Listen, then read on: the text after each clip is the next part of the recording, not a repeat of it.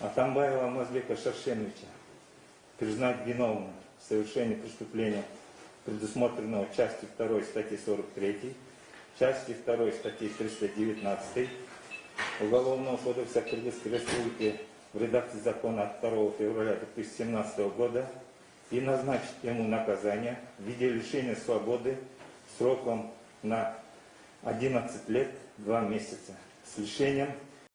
Кримтөбөл Азиз Батукаевдин түрмөдөн мыйзамсыз бошотулганына байланыштуу сот өкүмү чыкты.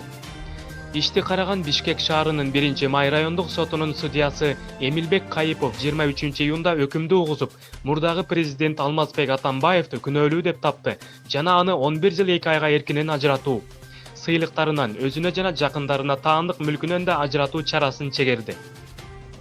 Мурдагы башкы прокурор Индира Жолдубаева да күнөөлүү деп табылып, ага 5 миллион сом айып пул салынды.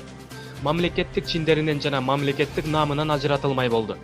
Улуттук гематология борборунун мурдагы жетекчиси Абдухалим Райымжанов күнөөлүү деп табылды.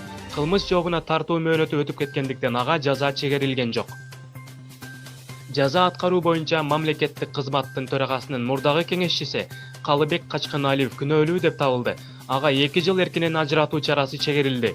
Бирок буга чейин камакта отурганын эсепке алганда жазасын өтөп бүттү деп таанылды жана сот залынан бошотулду. 17-июндагы сот отурумунда мамлекеттик айыптоочулар Атамбаевди Жазык кодексинин 319-беренеси коррупцияны уюштуруу боюнча күнөөлүү деп таап, 15 жылга кесүүнү жана бардык мамлекеттик сыйлыктарынан ажыратуу менен анын жана жакындарынын мүлкүн конфискация кылууну соттон өтүнгөн. Коррупцияга шек саналган Жолдубаеваны 15 жылга, Райымжановду жана Качканалиевди 13 жылдан түрмөгө кесүүнү өтүнгөн. Мурдагы президентке жана ошол кездеги кызмат адамдарына чыккан өкүм акыркы эмес. Айыпталуучулардын айрымдары жогорку инстанцияга арыздана турганын билдиришти. Чечен тектүү Азиз Батукаев 1966 жылы Чүйдүн Токмок шаарында төрөлгөн. Анын аты 1990-жылдары эле криминалдык чөйрөдө атала баштаган. Батукаев 2006 жылы маңзат сатуу, мыйзамсыз курал сактоо, ошондой эле адам өлүмүнө алып келген башаламандыкты уюштуруу боюнча айыпталып, 16 жыл 8 айга эркинен ажыратылган. Ал түрмөдөн 2021 жылдын орто ченинде чыгыш керек эле.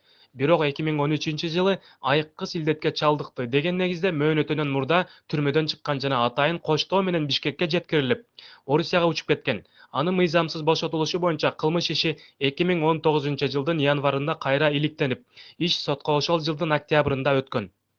Алмазбек Атамбаев баштаган анын 10дон ашык тарапташына Кой Таш окуясы боюнча да Жазык кодексинин киши өлтүрүү, адамдын өмүрүнө кол салуу, барымтага алуу, массалык башаламандык, бейбаштык, бийлик өкүлдөрүнө коркунуч келтирүү жана зомбулук беренелеринин негизинде кылмыш иши козголгон. Булак Азаттык үн алгысы. Сиздер менен маалыматты бөлүшкөн Дамир Абсатаров. Максым медиа каналы. Маанилүү маалыматтар биздин каналда.